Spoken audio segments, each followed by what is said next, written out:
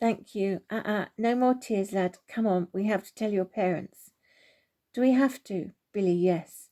Chuck stopped for petrol. He returned with the Daily Echo. Billy, you've made front page. What? Chuck showed him the paper. There, front page, picture of Billy with Her Majesty the Queen. You've been busy, Chuck laughed to himself. Told me everything. Meets the Queen, didn't mention it. As they were driving to Billy's, a familiar vehicle overtook Chuck, driving erratically on the small country roads. Billy, is that a friend of your parents, heading to your house? No, Chuck. That's the man's horse box I stole the donkey from. The vehicle was speeding to the only property at the end of this lane, and that was Billy's house. Now, Chuck was not known for speed. However, should the situation arise, he could put his foot down. Billy's seat belt. He didn't need telling twice. Billy thought this was scary, but exciting. As they drove up the drive, there was the horse box, driver and passenger doors left open. There was raised voices. Chuck stopped. Stay here, Billy. But, Billy, stay here. Okay. As Chuck approached the door, George looked cross. Betty looked on the verge of tears. George was so relieved to see Chuck. The older man was quite short. He wore a sheepskin coat and brown fedora hat. Chuck asked what was going on. The man turned. He had an arrogant air about him. However, Chuck's height somewhat threw him. Chuck, these men are accusing our Billy of stealing a donkey. Chuck said in a measured manner, Are you not the two men who were fighting publicly at the market?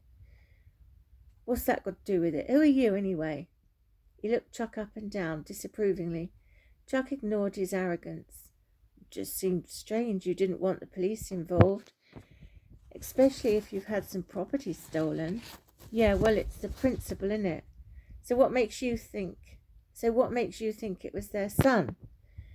Not that it's got anything to do with you, but it was Sid here who found that out. Sid? The other man spoke. Yeah, well, I went to check on her. Her? Chuck asked. Yes, the donkey. She weren't there. Found this, though. He held up the lead soldier. Betty gasped. George waved his hand behind his back. Please, Bets, don't say anything. Betty touched her husband's arm to reassure him. Realizing he must be worried, she would say the wrong thing. Ah, so you found a lead soldier and concluded it was their son. There was about 30 other boys there. Great perception. I don't care for your attitude. He poked his finger on Chuck's chest. Do that one more time. The man backed off.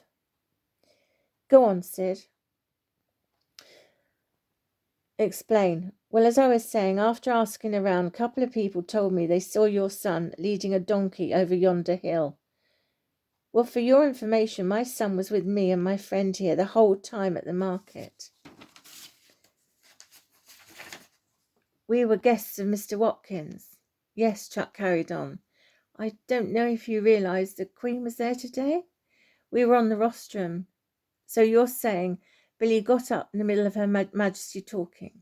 Sid didn't say it happened then. It was after. He asked anyone seen any boys with a donkey. So when exactly did this happen? Must have been about 1:15-ish. It happened. The man smirked at Chuck arrogantly.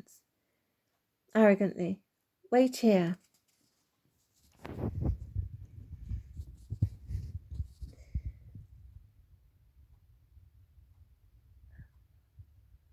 He returned to his truck. What's happening? Billy, just stay here. It's all right. Trust me.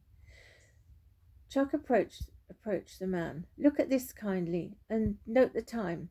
Young local boy proudly meets Her Majesty. Young man said it was an honour to meet the Queen. If you will? Chuck pointed to the time under the picture.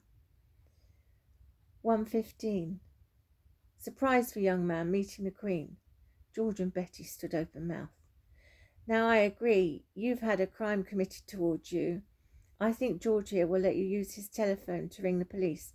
Sort this out for you. George? Yes, of course you can. knowing his friend, sensing his sarcasm to this thug. The man looked furious, red with rage. He slammed the paper against Chuck. "We're leaving." Sid threw the soldier to the ground. Chuck followed them to their vehicle. He knocked on the window. The man rolled the window down. Rolled the window down. "I don't want to hear you have ever come back here. Do you understand? You don't tell me what to do. This ain't the end." Chuck laughed. "I tell you it is. If you wish, feel free. Go to who you want. The newspapers, local television, have all three of us on the rostrum. Have young Billy conversing with the Queen of England. If you really want to go that route, feel free." "He's got a point, Gov." "Just shut up, Sid. Remember, never come here again. Oh, and by the way, 6 o'clock tonight, local news. You can watch the speech." Chuck walked away smiling as they screeched away. Chuck picked up the soldier and went to Billy, fetch Billy. "Yours, I believe?" Billy looked shocked and checked his pocket. "Come on, lads. We've got some explaining to do."